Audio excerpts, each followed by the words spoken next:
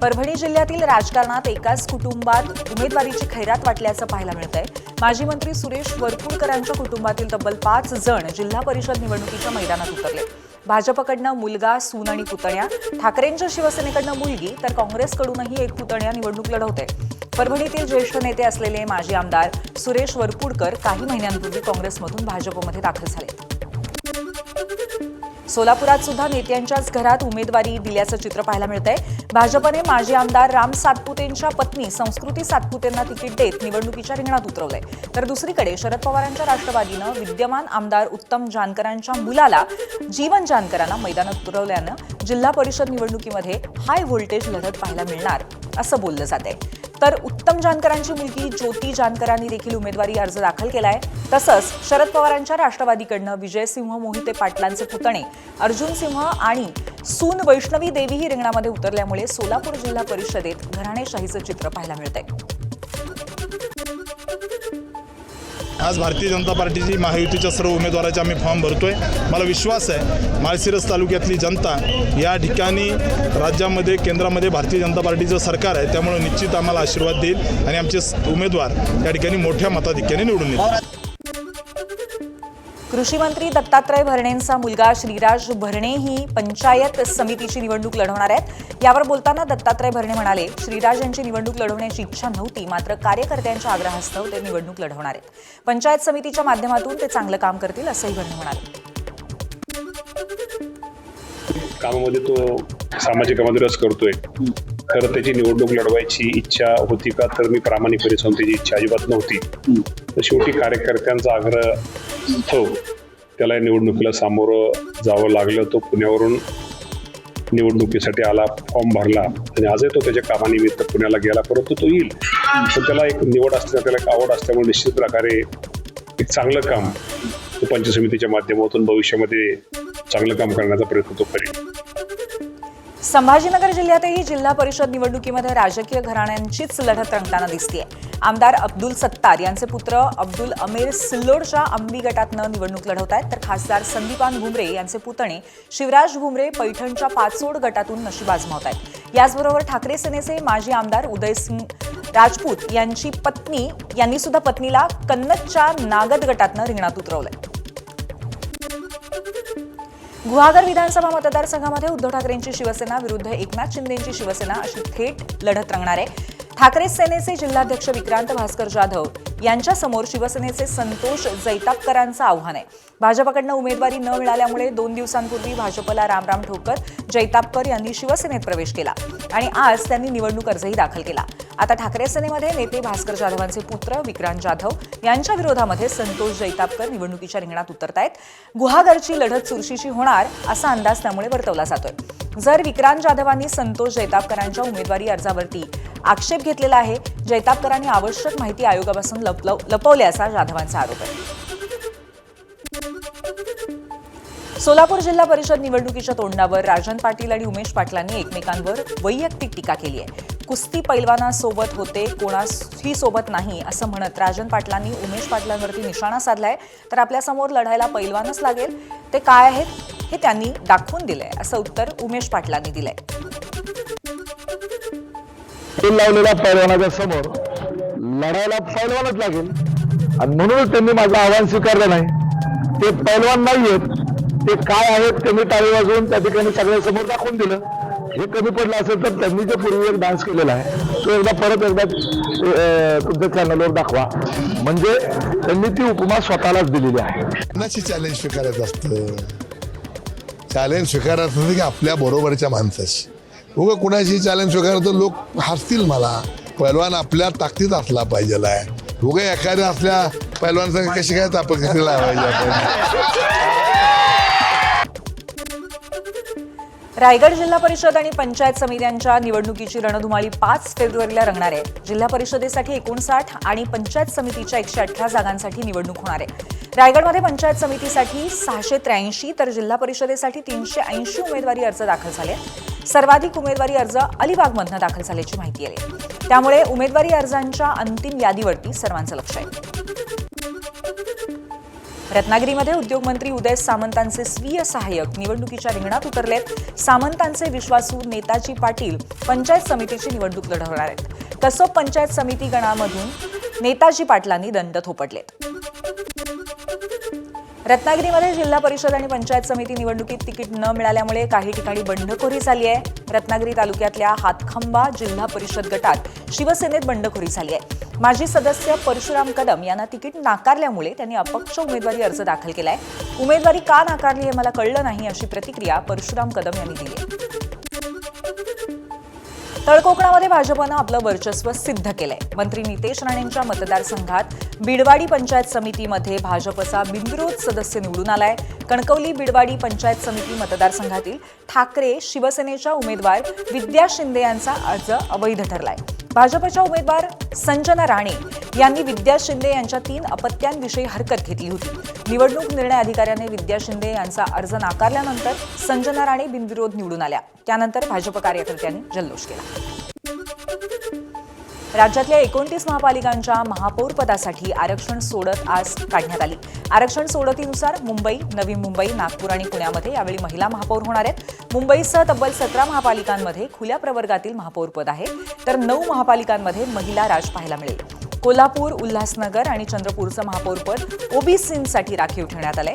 ठाणे, जालना आणि लातूरमध्ये अनुसूचित जातींसाठी आरक्षण असून अनुसूचित जमातींसाठी फक्त कल्याण डोंबिवलीचं महापौरपद राखीव आहे.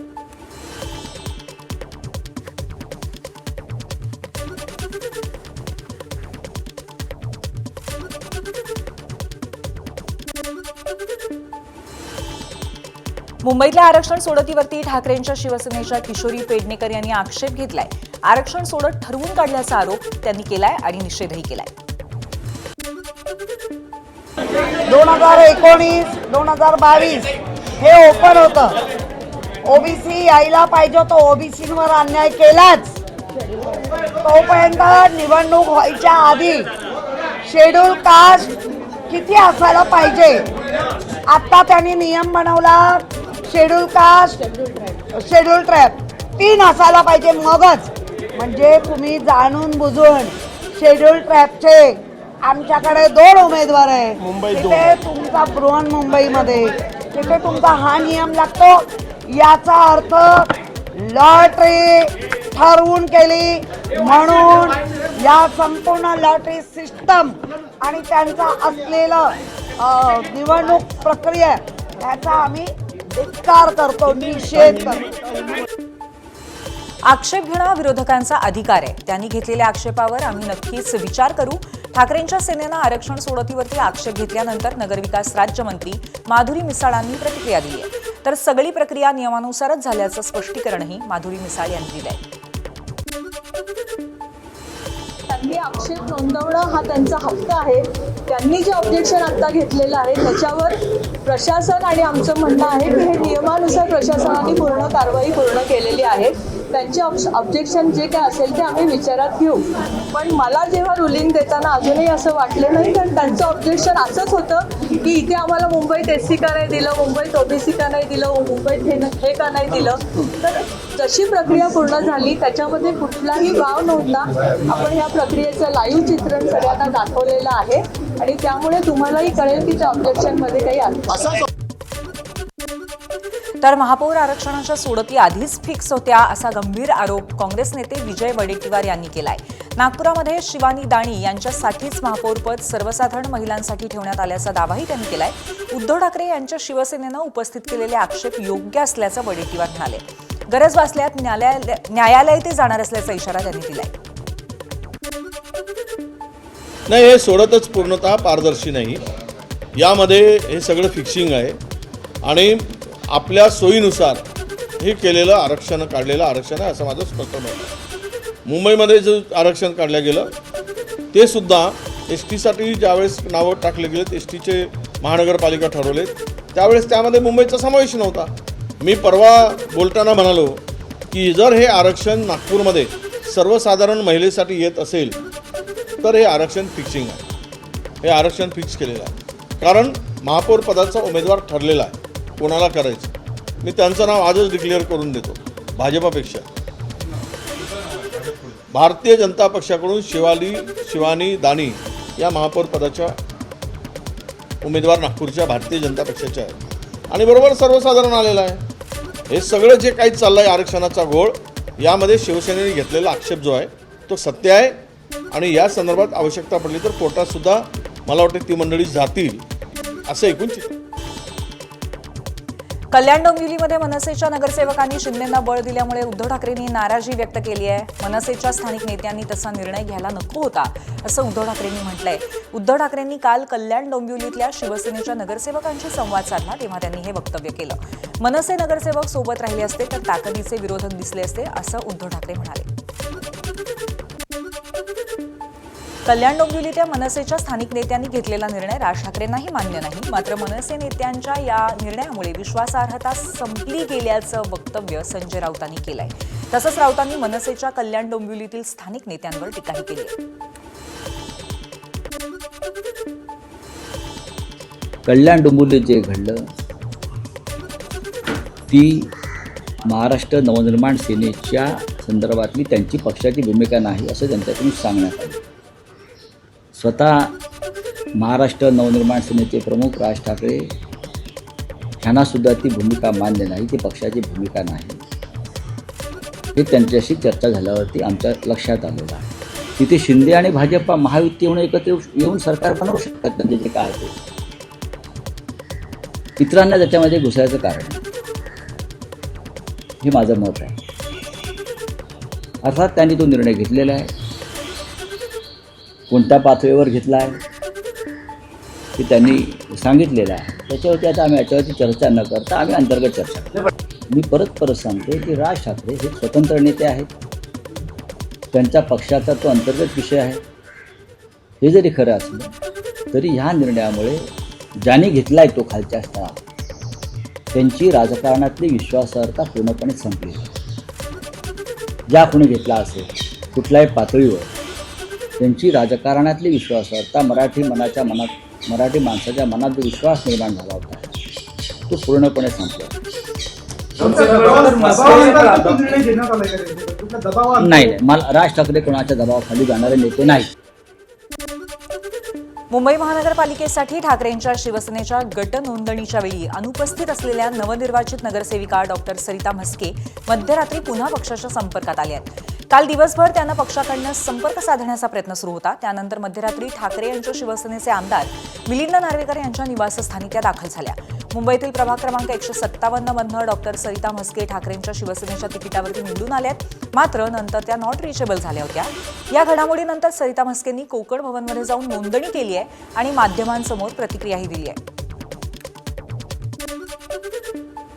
मी काल देवदर्शनाला गेले होते. माझा नवस होता आणि आम्हाला कालच्या मीटिंगचं परवा रात्री उशिरा मेसेज आला होता, त्याच्यामुळे मला कल्पना नव्हती. तोपर्यंत मी देवदर्शनाला निघून गेले होते. पण ज्यावेळेस मला ही बातमी कळाली, आम्ही मिलिंद नार्वेकरांच्या संपर्कामध्ये होतो. त्यांना सांगितलं असं असं आहे, आम्ही येतो. पण जेव्हा मीडियामध्ये ही बातमी अशा पद्धतीने जेव्हा फ्लो झाली तेव्हा आम्हाला वरनं आदेश आले की तुम्ही तुमचे मोबाईल स्विच ऑफ करा, तुम्हाला ट्रेस केलं जाईल, तुम्ही जोपर्यंत आमच्यापर्यंत येत नाही कुणाशी काहीही बोलू नका. म्हणून मी त्यांचा आदेश पाळला. तुळजापूरला. राज्यातल्या 29 महापालिकांच्या महापौर पदासाठीचा आरक्षण सवलत काढण्यात आली. या ठाणे महापालिकेमध्ये महापौर पदासाठी आरक्षण अनुसूचित जातीसाठी खुलं करण्यात आलंय. ठाण्यामध्ये आता एससी प्रवर्गाचा महापौर होणार यावरती शिक्कामोर्तब झालंय. ठाण्यामध्ये सध्या अनुसूचित प्रवर्गामध्ये असलेल्या विमल भोईर आणि दर्शना जानकरांचं नाव त्यामुळे चर्चेत आहे आणि त्यामुळे ठाण्यात आता नेमकं कोण महापौर होणार याकडे लक्ष लागलंय. मात्र ठाण्यामध्ये शिवसेनेचं संख्याबळ जास्त असल्यामुळे शिवसेनेचा महापौर होईल असा विश्वास खासदार नरेश म्हस्केंनी व्यक्त केलाय.